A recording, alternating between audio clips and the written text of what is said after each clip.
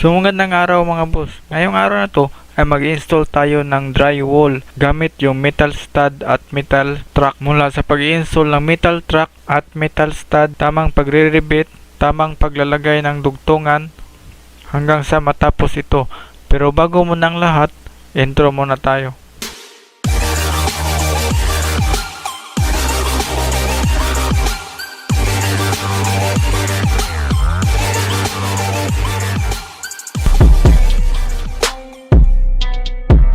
So magandang araw mga boss. So ito pala yung nabili nating metal stud at metal track mga boss.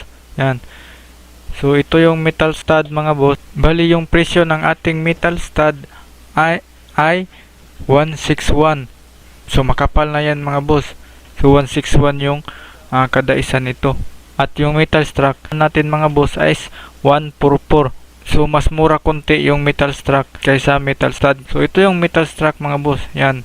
So mas plain yung kanyang nakabaluktot mga boss. Mamaya ituturo ko sa inyo kung saan ito ginagamit. So nandito tayo sa second floor mga boss. Yan. So bali yung mga vertical bars na yan mga boss, abang yan sa ating hollow block mga boss. So kaso lang sinuggest namin sa may-ari na yung gamitin is yung metal stud at metal track kasi mas magaan yun sa bahay mga boss at mas madaling i-install kaysa yung hollow block mga boss, mas mahirap at mas mabigat pa sa bahay. So ito na mga boss. So bali yung inuna natin i-install is yung metal track. Yan yung metal track mga boss. So plain lang siya. Yan, napansin nyo yan. Yung tatlong pile mga boss, yan. So pinutol natin yung mga vertical bars na yan at yan, dyan yung pang lock sa ating metal track para matibay yung ating metal track mga boss. Sa dugtungan mga boss, so napansin nyo yung sa gitna ng ating dugtungan is nakabaluktot. Yan. So para mapasok natin yung nasa gitna mga boss, so hinuyupi natin yung sa gitna. So pagkatapos yan is babarinahan lang natin yan at lalagyan natin ng rivet. So bali apat yung ating lalagayng rivet dito mga boss. So magkabilaan is dalawa para matibay yung ating dugtungan. Safety first lang sa paggawa nito mga boss kasi baka masugatan kayo. Mas maganda may gloves kayong suot nito. So ito yung sa ating slab mga boss. Ito yung nakaangat kanina, pinutol natin mga boss yan. So pinutol natin yan mga boss para dyan natin ilagay yung ating metal track. Yan, dyan natin ibabaon. So sa pagputol ng metal stud mga boss o metal track, so gagamit lang tayo ng gunting. So sa kasamaang palad, yung gunting natin ay matagal na at medyo mapurol na mga boss, kaya hindi na masyadong nakaputol.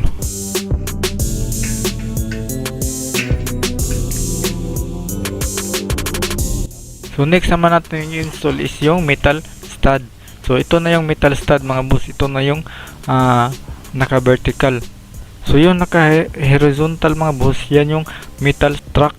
So yan yung nagsisilbing sapatos ng metal stud. So ipapasok lang natin yung metal stud sa metal track. Yan. At lalagyan natin ng rivet. So bali dalawa lang yung rivet natin lalagay. So magkabilaan pa din para matibay yung ating pagkagawa. Pero pag walang available sa hardware nyo na metal track mga boss, so ang gamitin nyo lang is metal stud. So pwede nyo man yupiin yung sa gilid mga boss, so kung saan nyo yung lalagay yung dugtungan. So bali yung brand pala ng ating metal track at metal stud mga boss ay Gia Max. Yan. So next is sa beam naman tayo maglalagay mga boss. So metal track yung ating gagamitin ito. So yan yun lang yung tandaan nyo mga boss. Pag maglalagay kayo horizontally, so yung gagamitin nyo is metal track. So yung mga vertical mga boss, so yung gagamitin nyo is metal stud.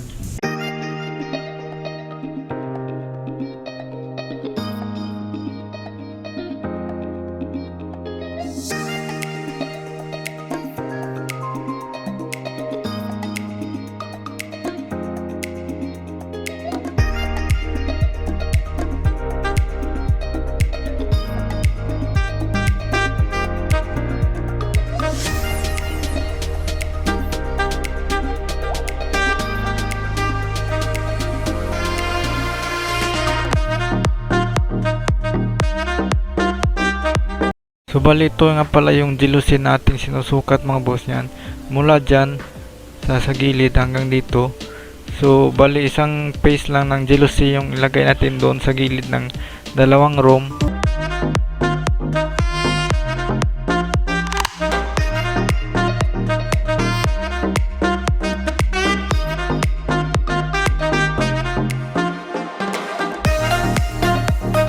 Ginamitan na lang namin ito ng grinder kasi mapurol na yung aming gunting, hindi na makaputol. Ayan. So ito na nga boss, ito na yung sinukat natin kanina. Ito na yung 50 cm. Yan yung sa room number 1 na windows. At bali dalawa to at mayroon pa doong room number 2. So same size lang yun mga boss. So 50 cm pa rin yung buka niya. So gamit nga pala ng pako mga boss. Ayan, yung mga vertical na stud mga boss. So pinako naman ito sa poste gamit yung concrete nga number 1.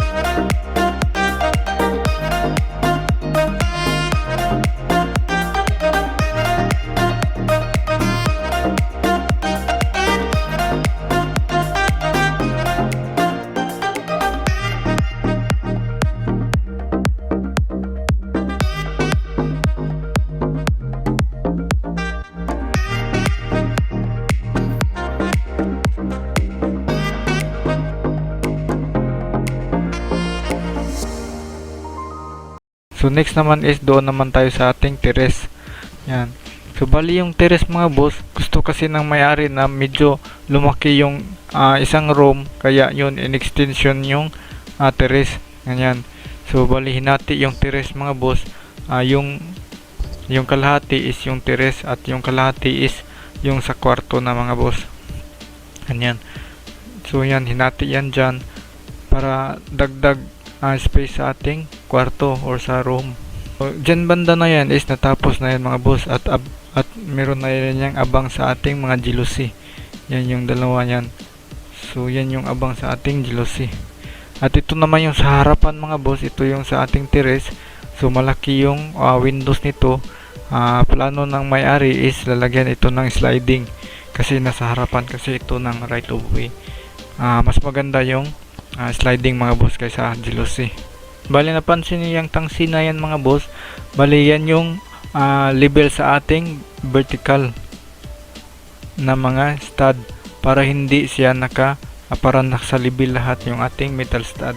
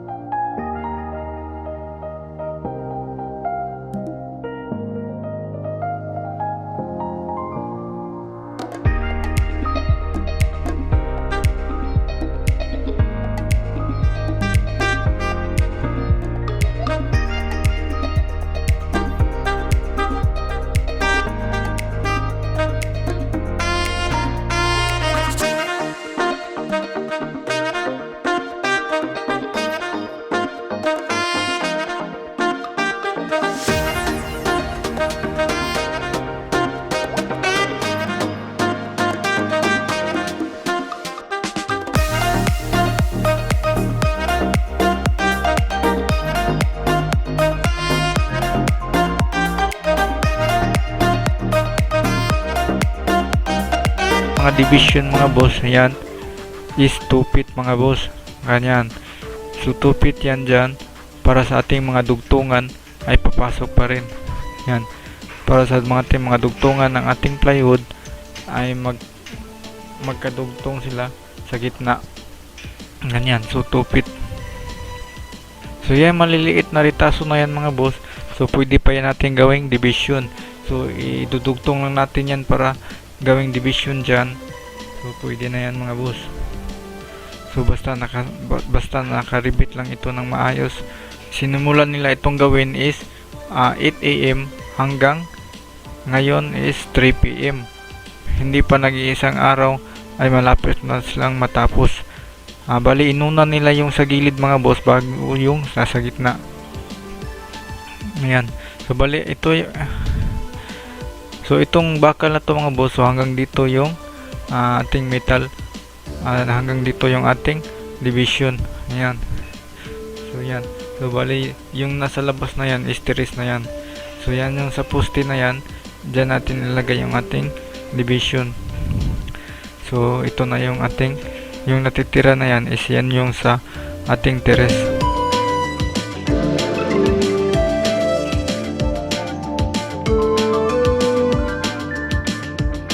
So ito na mga boss, ito yung division natin. So yung nasa labas na yan is yung sa terrace.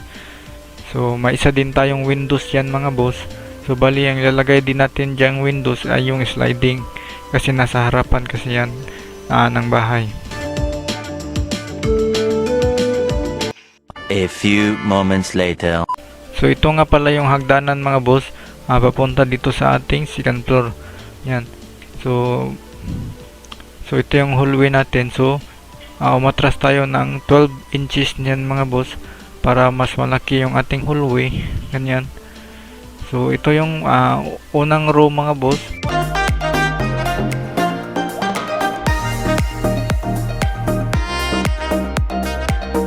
Malaki yan dahil in-extensionan yan sa ating terrace. So ito naman yung terrace. So bukas maglalagay na sila dito ng hardoplex sa labas. So hanggang dito na lang muna mga boss. Maraming salamat sa panonood. Kung nagustuhan yung video na to, please like and subscribe this channel.